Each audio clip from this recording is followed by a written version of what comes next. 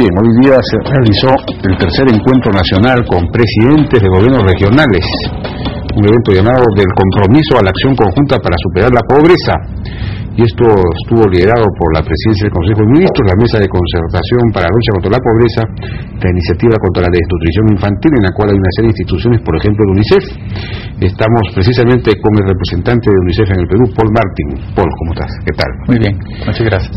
Bueno, los presidentes regionales, no sé cuántos realmente habrán asistido a esta reunión, se supone que han expresado o firmado un compromiso para cumplir ciertas metas de reducción de la pobreza, de reducción de la desnutrición infantil, etcétera, ¿no?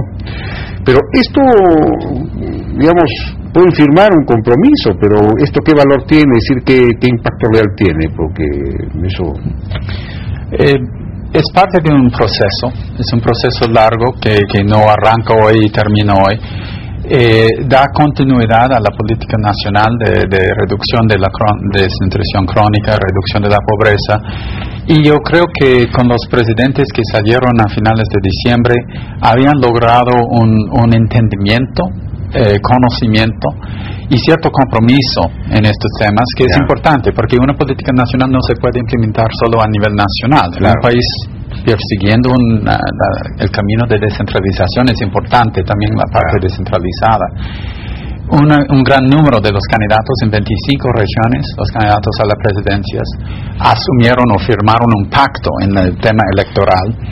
Y ahora los ganadores, muchos los que firmaron los pactos, ahora tienen la oportunidad y hasta la obligación con su electorado de seguir en este camino. Entonces, esta primera reunión era una oportunidad de forzarles a prepararse, entender un poco mejor qué está pasando en su región, informarles, escucharon algunas presentaciones interesantes y tenían documentación, y reconfirmar públicamente su compromiso con estas metas nacionales, pero su implementación a nivel subnacional.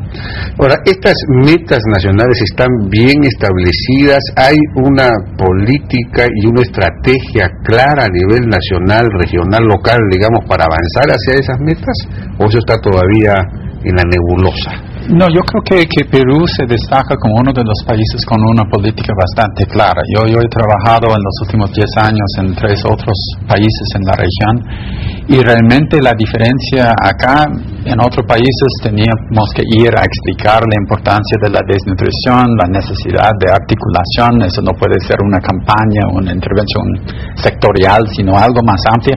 Acá, en cambio, yo tengo los ministros y los directores dándome cátedra en estas líneas, que es refrescante, es muy interesante. Y está dando resultados, eso es lo importante. Mientras que la pobreza en los últimos 10 años se ha reducido en una forma más o menos lineal, la parte de desnutrición crónica en los primeros 5 años de la última década no bajó, se quedó. Y solamente con la implementación de la estrategia Crecer Juntos, todas estas cosas combinados, junto obviamente con un compromiso presupuestal en el tema del plan estratégico contra la desnutrición, es en estos últimos años que estamos viendo una aceleración, y además es la aceleración más marcada en el país en la reducción de la mortalidad infantil, la mortalidad materna y la desnutrición crónica. Entonces yo diría que sí hay resultados. O sea que, digamos, esa articulación, ha mencionado la palabra articulación, que se supone que debe haber o que digamos, de alguna manera se previó que hubiese entre los programas de lucha contra la pobreza, los programas alimentarios, los programas vinculados a la materno-infantil, etcétera.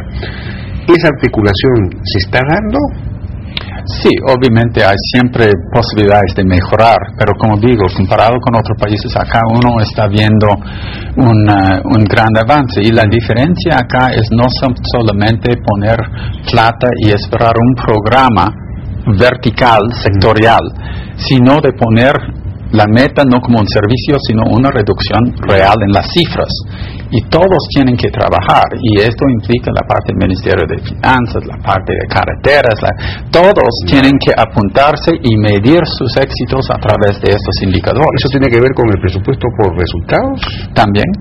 El plan estratégico nacional, el presupuesto por resultados, porque es importante, y también los presupuestos subnacionales, por eso es importante. Escuchamos hoy que había un cambio radical en el balance de la financiación en el presupuesto desde programas muy nacionales y muy poca plata en las regiones hasta una transferencia de presupuesto nacional al manejo de las regiones, más el tema de canon y otros recursos. Es allá en las regiones donde hoy en día hay más capacidad de implementación y por ende es tan importante este compromiso de los presidentes regionales. Sí, pues porque efectivamente todo eso se ha descentralizado, prácticamente casi todo, salvo el programa Juntos que se sigue manejando a nivel central. Pero el otro día había un informe de la Defensoría del Pueblo, un artículo que publicó la propia defensora, señalando que en un número importante de distritos, que eran, me parece que eran como 800 o no sé cuántos, los más pobres, en los que la Defensoría había hecho un estudio, pues las quejas de la gente era que los profesores, por ejemplo, no iban o estaban ausentes, no necesariamente iban al colegio, las postas estaban, pero a veces no había médicos o no habían equipos, digamos que hay mucha... Y todo eso está en manos de las regiones ahora, prácticamente, ¿no? Es decir, en los lugares más pobres no hay atención. Eso era un poco o no hay atención suficiente, no de suficiente calidad. Eso es el tema, no hay suficiente. Hay más que antes, mejor que antes, pero aún no suficiente. Y por ende la necesidad de continuar esta presión y colaboración con los presidentes regionales. Y yo creo que también es un momento importante. El país ya tenía las elecciones, ya tenemos los nuevos presidentes regionales. Ellos, ojalá, para agosto, van a convertirse en los voceros de esta estrategia para que cuando entre un nuevo gobierno nacional, son los presidentes regionales exigiendo una continuación de estas políticas y no solamente especialistas, niñólogos, sino realmente gente que tienen responsabilidad, tienen compromiso, hablando con Congreso, con presidente, con ministros de finanzas, etcétera, para la continuidad, porque una política pública realmente no puede terminar con un gobierno. Una política pública debería ser una cosa sostenida si va a tener resultados en el mediano plazo. Ahora, ¿no le parece que en todos estos programas hay mucho énfasis en el lado asistencial o en el lado, más que en el lado productivo? Es decir, a la larga la manera de salir de la pobreza es aumentando los ingresos propios o generando empleo, ¿no? Y para eso hay que aumentar la productividad de la producción campesina, que es la producción de los pobres son los campesinos pobres de la sierra. Hay que aumentar la productividad de esas chacras, y para eso hay programas, hay tecnologías conocidas, pero no se difunde, el Estado no se hace cargo de eso, tampoco los gobiernos regionales ni los locales. Ahí falta un poco de visión, ¿no? Me parece. Tal visión diría que no, pero no ha progresado con el mismo ritmo. Yo llevo menos que un año en el país, pero me han explicado que el programa de lucha contra la pobreza y desnutrición, Crecer, tiene 3 ejes. Uno es el eje de desarrollo de capacidades humanos y respeto a los derechos, todos los temas de nutrición, desnutrición. Un segundo sí es el desarrollo de oportunidades y capacidades económicas, que incluye carreteras, electrificación, muchos de estos temas. Entiendo que eso está en camino, no ha avanzado igual como yo diría quizás la parte social, pero está avanzando. Luego vienen los temas de la red de protección social, que incluye todos los temas de abuso, maltrato, el bono para los abuelos, los viejos. Estas cosas conjuntos son necesarios. Donde UNICEF brinda más apoyo es obviamente en la parte que tiene que ver con la infancia, y esto sí está dando resultados. La parte de infraestructura creo que también está avanzando. Lo que no está avanzando es, digamos, la transmisión, la difusión de tecnologías que permitan a los campesinos pasar del siglo XVI al siglo XX. Es decir, riego por aspersión, cosas elementales. Pero, ¿qué es lo que les da ingresos y lo que resuelve los problemas de la desnutrición? Porque no es regalando papillas o 100 soles que vas a resolver en el largo plazo el problema de la desnutrición, no lo resuelve quizás en el instante, pero yo sí diría que el crecimiento económico es una condición necesaria, pero no en sí suficiente. Y hemos visto países, por ejemplo, entre Polonia y Sri Lanka, ¿cuál tiene la tasa de mortalidad infantil más alta? Polonia. ¿Por qué? Porque programas sociales muy efectivos en Sri Lanka han atacado este problema y a pesar de no tener tanto crecimiento económico como otros países de Europa del Este, han reducido la mortalidad infantil, la desnutrición.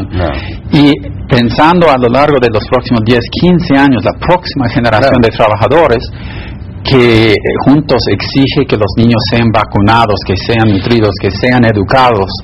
Esto es también una buena inversión, pero estoy de acuerdo, esto tendría su expresión máxima con las dos cosas, con una reducción de la pobreza basada en crecimiento económico, repartido más equitativamente. Pero me refiero al crecimiento económico de las mismas familias pobres, es decir, que ellas incrementen su productividad para poder darle más de comer a sus hijos, es decir, resolver el problema de la desnutrición no con la plata que les da el Estado, sino con la plata que ellos mismos generen. A eso me refiero. Pero es un poco como el tema de la cooperación internacional. Me preguntan cómo un presupuesto que es bastante pequeño de UNICEF comparado con el municipio de Lima, etcétera. ¿Cuál es la diferencia? La diferencia es en el margen, que estos son fondos destinados para ciertas cosas. Igual en la familia pobre. La plata que va a la familia se gasta en todas las cosas de la familia, incluso a veces en alcohol y cosas así. La plata que va a la mujer va específicamente a temas de nutrición y educación, etcétera. Entonces, el impacto de un monto de 100 soles es mucho mayor que su porcentaje en el ingreso. Pero no es decir que el crecimiento de la familia económicamente no sea necesario. Por supuesto es necesario.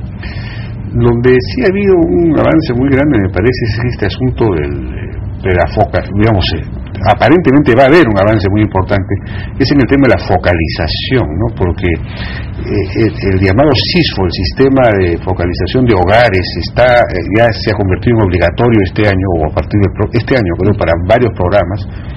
Los nuevos ingresantes adjuntos, por ejemplo, tienen que venir propuestos por el SISFO, y ahora esto se está trasladando a las municipalidades para que eventualmente el propio vaso de leche pueda ingresar en eso, y eso sería ya eso va a ser una batalla mayor, creo yo, mucho más difícil, pero si se logra ya se habría completado la modernización del Estado peruano, porque habríamos pasado de un clientelismo a un sistema mucho más objetivo.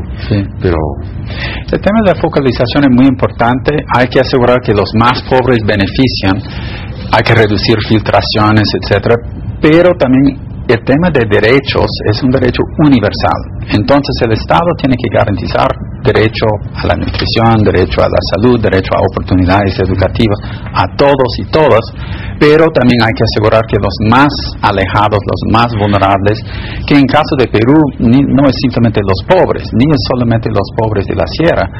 Lo que resaltó en el estudio de la niñez indígena es el problema de los niños de la selva, particularmente los niños indígenas que están muy alejados del alcance del Estado, y son números pequeños, pero mientras que esto existe, sí tenemos un desafío de asegurar derechos para todos.